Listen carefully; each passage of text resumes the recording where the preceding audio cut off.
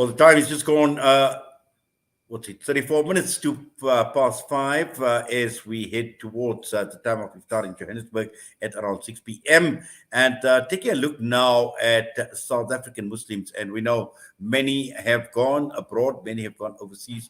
But what is it like spending Ramadan in these countries? And this afternoon, we are talking about a Muslim sister and her experience of Ramadan in Bahrain. This is her second year, and she is visiting her daughter, who is a teacher out in Bahrain. We are talking with Sister Noorjehan Nanabhay. Sister Noorjehan, Assalamu alaikum wa rahmatullahi wa barakatuh, and welcome to this broadcast on the Iftar Drive.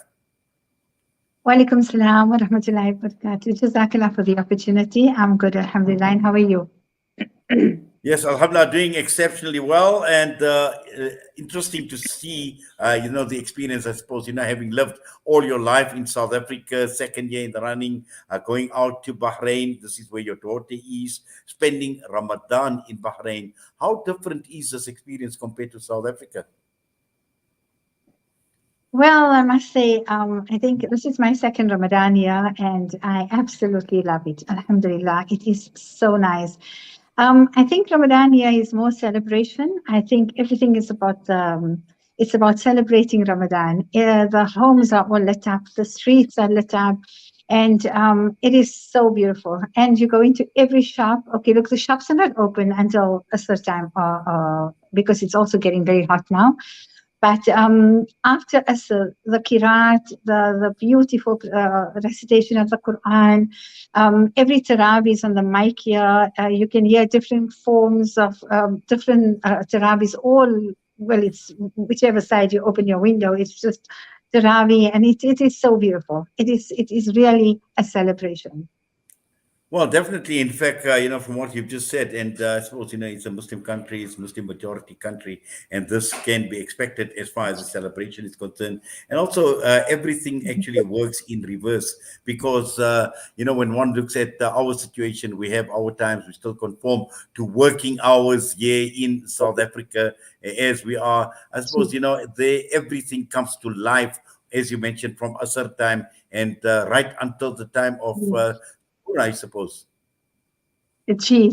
So basically, we go out sometimes, and we leave the house after we read Maghrib, and then you perform your Taraweeh at one of the masjids, and then you're out. You're out the whole night, and it's a series somewhere, and then it's the Tahajjud, and then you're back in time for Fajr, and so it's very different. I love it. I could get used to this life. It's beautiful. It's amazing. And the kids here also, they also love like that. They up the whole night, and they sleep the whole day.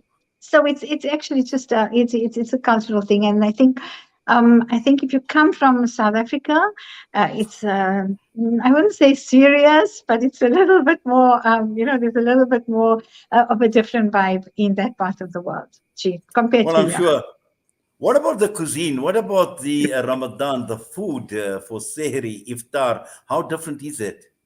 Okay, so basically, there's something called gargabun. So it's basically a kapta. It's actually maaf. It's called kapta. So from after iftar to suhoor, I mean, you can go to any restaurant, and it's just all about the food and the food and the food. There's some amazing cuisine here. It's all about the falafels, but we have our traditional. I brought all my South African samosas and pies and everything from South Africa. But other than that, there's an amazing cuisine here. And then there's a little thing called gargaun. So the kids, that it marks the 15th day of Ramadan, the halfway mark.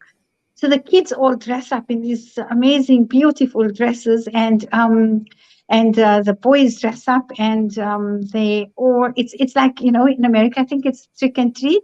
So it's all about sweets. So everybody gives lots and lots of gifts to everybody, and the kids go onto a bus, and they throw all these sweets all over to everybody. So it's very different here. It's a small little island. It's not very big. It's a very, very small little island. So everything is seen and everything is heard because it's very small. It's an island. Well, Alhamdulillah, and I suppose you're going to be spending Eid there as well, the rest of Ramadan and Eid, and uh, No, unfortunately, I'm back home, inshallah, on Monday.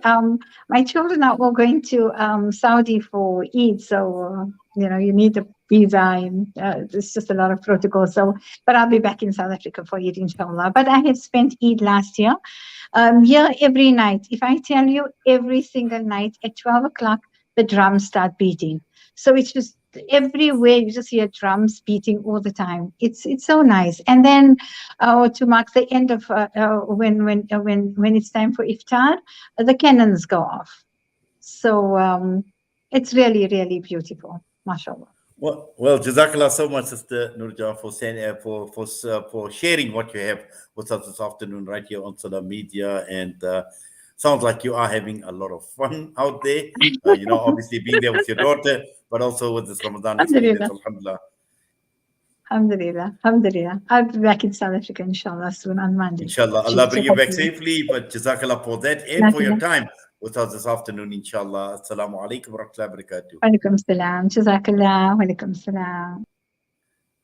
Noorjehan Nanabhay was us this afternoon, and she's from Aazadville and spending time with her daughter out in Bahrain, to sharing the Ramadan experience in Bahrain. The time is just headed 20 minutes to 6, and we still have got humanitarian segment, and we've got the Nasiha coming through in the build up to Iftar in Johannesburg.